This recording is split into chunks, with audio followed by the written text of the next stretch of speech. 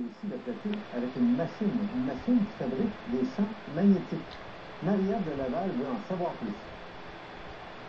Bonjour les docteurs, j'aimerais savoir comment le traitement par stimulation magnétique transcrânienne peut traiter la dépression. Merci Marie-Ève, on se croirait en pleine science-fiction. On n'est pas du tout dans la science-fiction, c'est ça qu'on fait. On crée un champ magnétique, donc équivalent de ce qui se retrouve autour d'un aimant, pour aller stimuler certaines zones très spécifiques du cerveau qui sont associées à la dépression. C'est fascinant. Le psychiatre et directeur du service de neuromodulation de l'Institut universitaire en santé mentale Douglas, le docteur Marcelo Berlin, va nous expliquer comment ça fonctionne.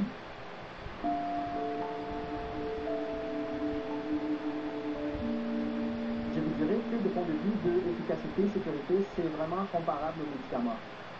Mais c'est sûr sans les effets secondaires qu'on peut avoir avec les médicaments. Les champs magnétiques qu'on reçoit à travers le traitement ici sont des champs magnétiques très forts. C'est ressemblable à ce qu'on a dans une machine de résonance magnétique, par exemple. C'est des pulses, c'est vraiment très très rapide. Même si le champ magnétique qui est produit est fort, c'est très très bref, donc il n'y a pas de risque quand même relié à ça. La machine, elle va émettre de pulses magnétiques, il va passer le cuir chevelu, le crâne, il va être capable de stimuler des régions du cerveau qui on pense sont reliées à la dépression. C'est une région à peu près ici. On peut cibler d'autres régions aussi pour traiter la dépression. Une autre région, ça serait à peu près la même région, mais au côté droit de la tête.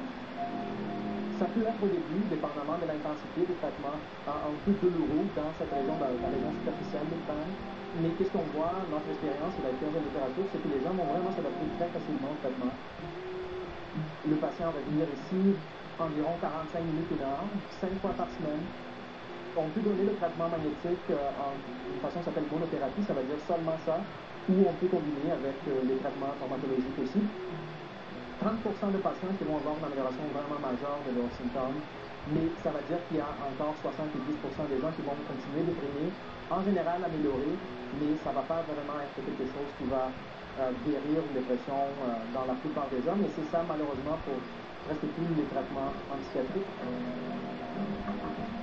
C'est vrai que ça peut paraître peu, le 30%, mais si on l'additionne au taux de gens qui répondent à toutes les autres formes de traitement de la dépression, on va un jour avoir une solution. La stimulation magnétique transcrânienne, plus c'est débuté tôt dans la maladie, plus c'est efficace. Il faut vraiment que votre médecin vous le propose parce que malheureusement, c'est pas offert partout encore. Il y a quelques centres à Montréal qui l'ont.